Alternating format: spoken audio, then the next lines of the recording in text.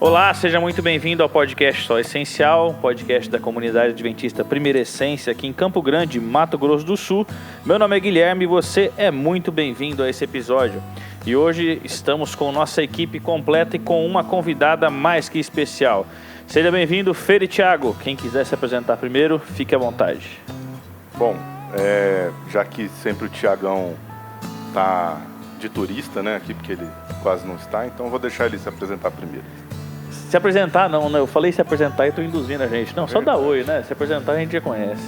Fala pessoal, tudo bem com vocês? É um prazer estar na companhia de vocês que estão ouvindo, talvez dos que estão aqui nem tanto, a não ser a nossa convidada especial, entendeu?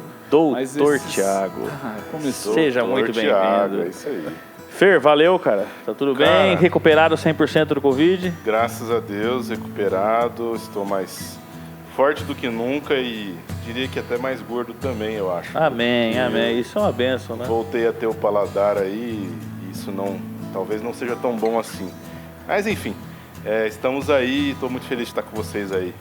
Graças a Deus, estamos bem. Valeu, Fer. E hoje... Na verdade, nós temos 2 convidados. Opa, né? já tá dando spoiler, cara? Spoiler. Temos 2 Você já notou convidados. que o Fernando ele sempre dá uns fora deles assim? Talvez vocês planejaram uma forma diferente, mas não, o Fernando ele faz essas coisas. Eu vou mesmo. fazer o seguinte, Thiago, apresente a minha convidada especial, que é a pessoa mais bonita desse recinto e quem sabe de Campo Grande.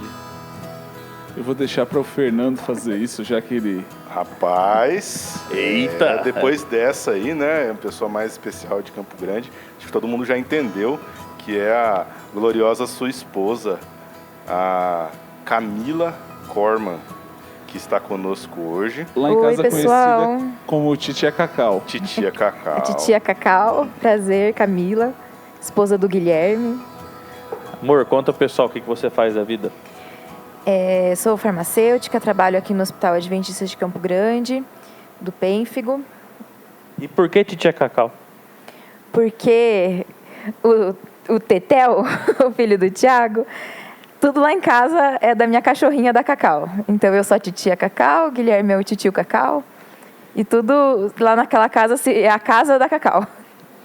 É isso aí. E o Fer falou, então conta pro pessoal, amor. Conta pro pessoal que está no podcast. Quem ser é o- primeiro a saber, um dos primeiros a saber.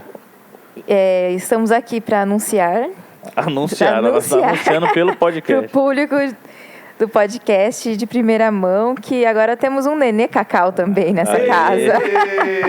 Mais um, então. Agora não somos só nós dois, agora somos 3.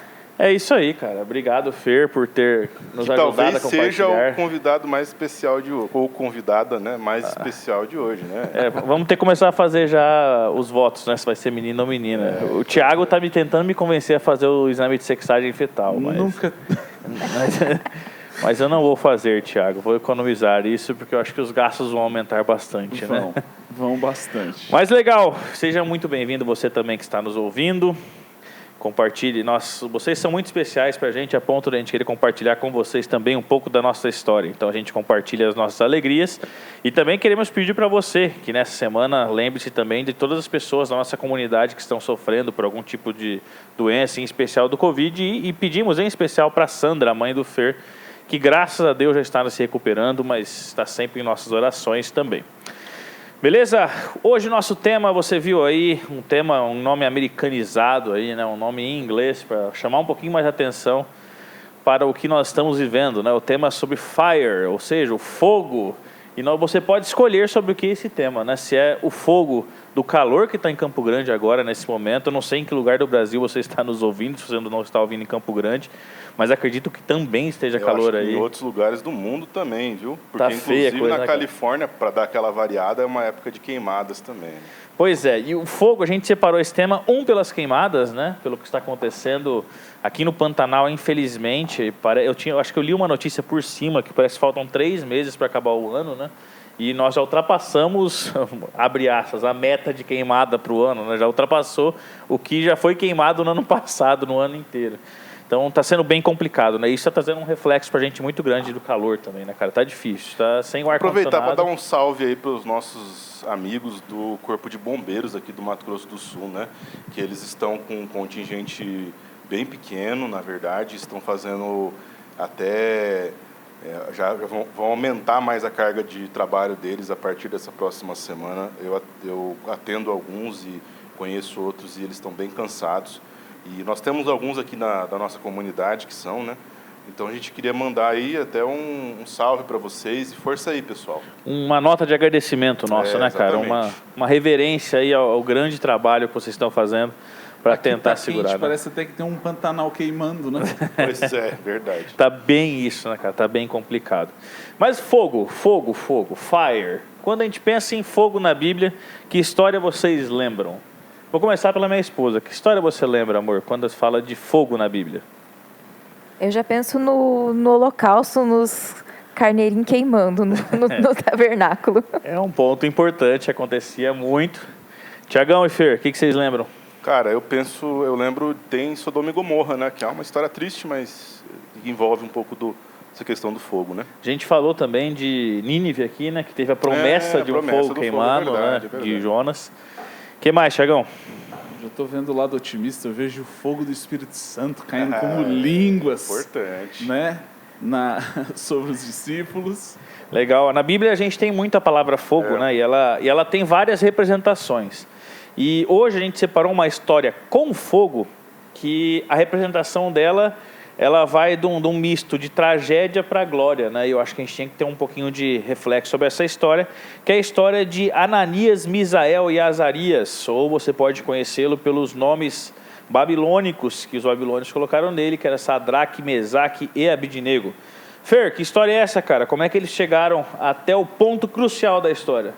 Rapaz, resumindo, eles tem que contextualizar o pessoal aí que não está tão inteirado, mas eles eram povo de Israel, eles eram parte do povo de Israel, que foram levados ali junto com quem talvez o pessoal conheça mais, com Daniel, né, para o exílio em Babilônia. Babilônia era um império, mas a cidade de Babilônia ali, a capital, era uma capital politeísta, né? Então eles tinham uma religião totalmente diferente da religião de Israel, além do que o povo de Israel havia sido conquistado, e isso naquela época significava que o Deus de Israel havia sido derrotado pelos deuses de Babilônia.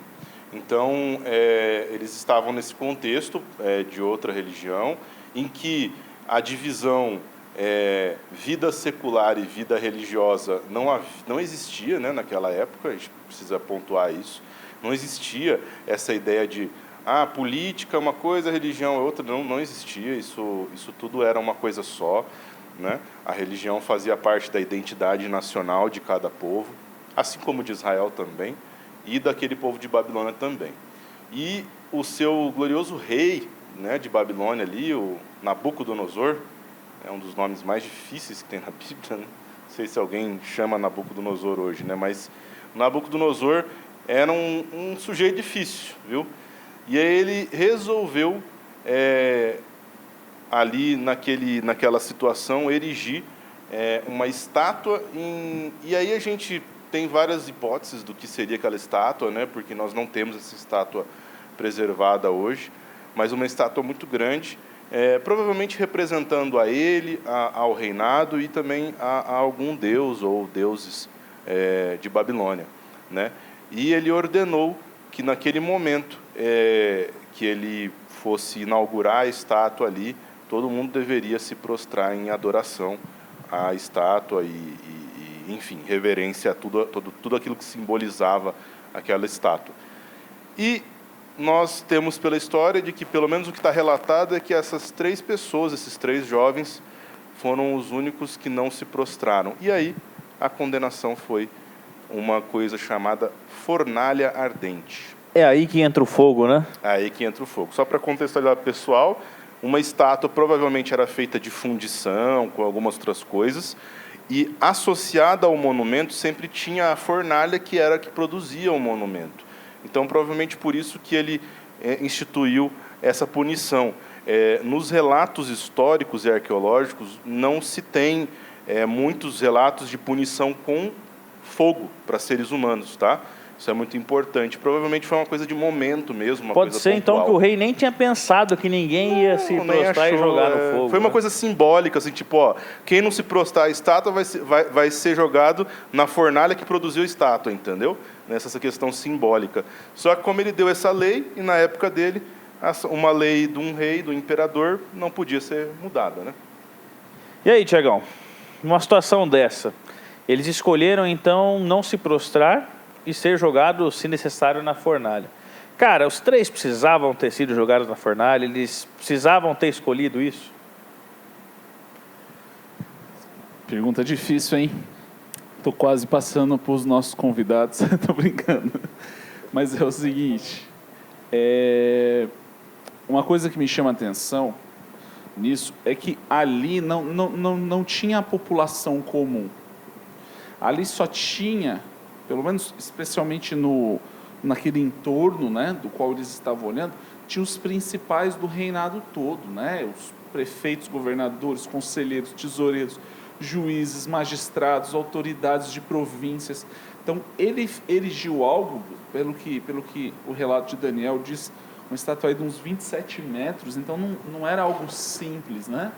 Então, de fato, ele chamou todo mundo do império dele. E a gente sabe que, de fato, o império dele foi um dos maiores da história, né? Para não dizer o maior da história. Com certeza, um dos mais ricos. E esses camaradas que estavam ali, eles eram dos principais. Então, quando eu estava ouvindo vocês falarem, especialmente o Fernando, eu fiquei me lembrando, sabe esses cargos comissionados que se tem? Nós chegamos agora numa época de eleição, né? Então é comum você ver, nossa, tem gente assim que fala sobre o seu candidato de uma forma, né? E às vezes a gente vê que, não estou dizendo que todo mundo, viu? Mas assim, tem muitas pessoas que têm ali o seu cargo depende disso, a sua função depende disso. Isso não é só na eleição, isso daí em vários movimentos. Isso acontece onde eu trabalho, onde talvez vários de vocês também trabalhem. Esse tipo de coisa pode acontecer. E eles foram contrários à onda. E eu concordo com vocês, talvez a punição, ela foi algo assim, porque é inacreditável que uma pessoa que está ali comendo do que o rei traz, vivendo do império, iria ser contra aquilo, entendeu? Porque talvez o rei, se soubesse disso, talvez ele falaria, vocês não vão então. Mas na frente das pessoas, ele se fica envergonhado em relação a isso, né? E esses jovens resolveram não se curvar. Eles podiam ter feito de conta, meu sapato desamarrou, entendeu? Vou aqui amarrar o sapato rapidinho, nossa, me deu uma cãibra. Enfim, podiam ter feito qualquer desculpa, mas eles não deram desculpa alguma, né? Segundo o mandamento deles, parece que tem lá um dos 10 mandamentos é sobre isso, né? Então, não ter outros deuses diante dele, não adorar esculturas, isso. Né? Então, assim, eles foram firmes naquilo que eles acreditavam.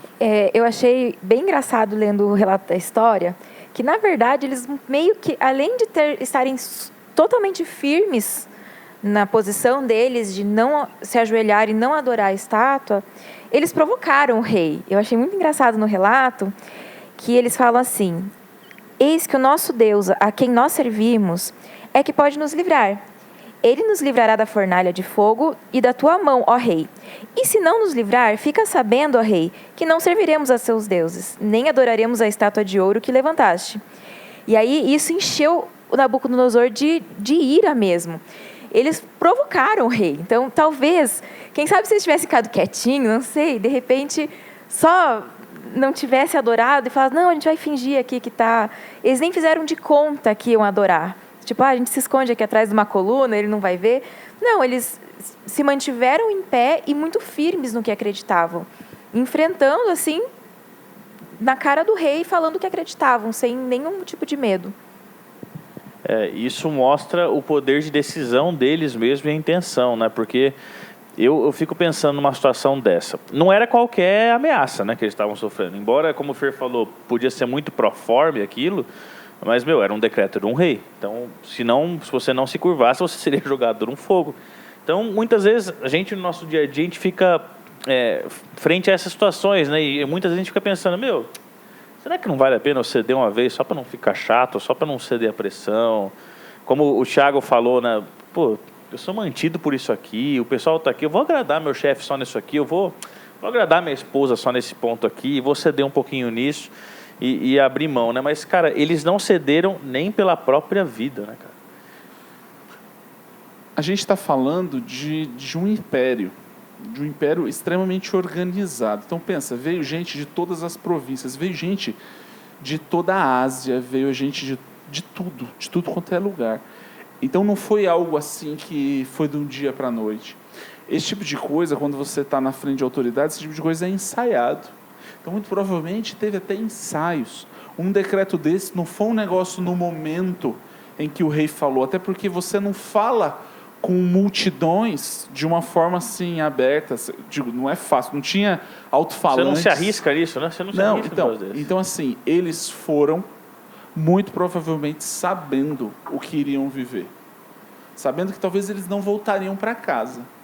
Então assim, e eles foram firmes como a Camila falou, porque além de tudo, essa provocação era uma pregação, entendeu? Testemunho verdadeiro. Você entendeu? Então, assim, pregação, vocês veem, né? A gente sempre está referindo pregação, se a gente se refere à pregação, parece que é sempre alguém fazendo de forma ativa algo. Não, eles estavam tendo uma resposta a algo, sabe? E isso é pregar, né? No nosso dia a dia, a gente prega muito mais do que quando vem aqui na frente pregar e cantar, me refiro num templo religioso, né? Ao que a gente entende como pregar, né? Sim. Tiago, pegando só a deixa que você falou da gente pregar a todo momento, estava conversando com o Gui sobre a história, que vendo na ótica do Nabucodonosor, que quem sabe, às vezes a gente, porque esse ato dele foi um ato de egocentrismo, totalmente. Ele queria que todo mundo soubesse quem ele era, e ele se colocou suas vontades e o seu ego acima de qualquer outra, acima das vidas das pessoas, acima do seu reino, né? Se deixou ser usado por Satanás naquele momento. E às vezes a gente tem que avaliar muito a nossa vida e a coerência das coisas que a gente fala, para não deixar o nosso ego falar mais alto do que a gente, do que a nossa pregação não ser, o nosso ego não passar por cima da pregação e da mensagem que a gente quer passar. Às vezes, num cargo de liderança, num cargo onde a gente se expõe um pouco mais, às vezes a gente pode ser tentado a ir para esse lado do ego, de achar que o que a gente quer pode ir por cima, passar por cima das pessoas, passar por cima dos valores, da fé. E a gente tem que analisar sempre a nossa vida para não ser instrumentos de Satanás. Porque é muito fácil você se deixar ser usado pelo inimigo. Quando você deixa seu ego tomar conta, a ganância, o egoísmo, né? Então eu pensei sobre essa ótica do Nabucodonosor também, né? Às vezes a gente pode estar ocupando o lugar inverso. Muito interessante, hein? A gente sempre tem esse olhar de que nós somos os judeus, mas a gente às vezes esquece que a gente está mais para gentil do que para judeu. Muito mais, então, muitas vezes. É muito mais olhar por esse olhar do Nabucodonosor é interessante mesmo. Nossa, muito bom, Camila. Fer, desculpa, eu ia falar Tiagão de novo, mas vamos trazer o Fer de novo para a discussão. Fer, você acha que eles sabiam que eles iam ser libertos? Você acha que eles foram ali na certeza de que eles sobreviveriam? Não, porque eles falam, né? Eles falam para Nabucodonosor, olha, nosso Deus pode nos livrar, mas se ele não nos livrar, nós não vamos nos curvar mesmo assim. Né? Agora, bem ciente disso, eles falam para o rei, né? Cara, pensa nessa frase de novo. Eu acho que para mim esse é um dos textos mais lindos dos livros de Daniel, que não foi falado por Daniel, né? Eles falam, olha, rei, se Deus quiser, ele vai salvar, mas se não quiser, nós vamos morrer. Cara, o que isso reflete para a nossa vida? Será que Deus sempre vai nos salvar das provações? Eu fiquei pensando nisso enquanto vocês estavam falando, enquanto o Tiagão e a Camila estavam comentando, e a grande realidade é que Deus não libertou eles da perseguição. Vocês pararam para pensar nisso? Eles foram colocados na fornalha, o fogo estava aceso 7 vezes mais, não é? Como diz o texto, inclusive 7 vezes simbolizando perfeição, né? Ou seja, o fogo estava perfeitamente quente. As cordas queimaram, só eles não morreram, só eles não queimaram, ok, mas eles foram colocados na perseguição. Deus não libertou eles da perseguição. Eu acho que esse texto, essa história, me lembra o texto de Davi, no Salmo 23, que a gente recita tanto, né, e não para pensar. Ainda que eu passe pelo vale da sombra da morte, significa que muitas vezes nós vamos passar pelo vale da sombra da morte, mas nós não vamos temer mal algum, porque Deus está conosco. E isso que é maravilhoso, porque o que nós vemos na história, voltando para a história desses 3 jovens, que Deus estava com eles lá numa figura que o próprio Nabucodonosor olhou e falou, isso aqui não é apenas um anjo, porque eles tinham o termo anjo na língua caldaica, né? Ele falou, isso aqui é um dos filhos dos deuses, é algo diferente. Então, eles viam mais uma pessoa ali dentro. Exatamente. Né? Eram 4 pessoas que estavam ali dentro. Isso foi fantástico.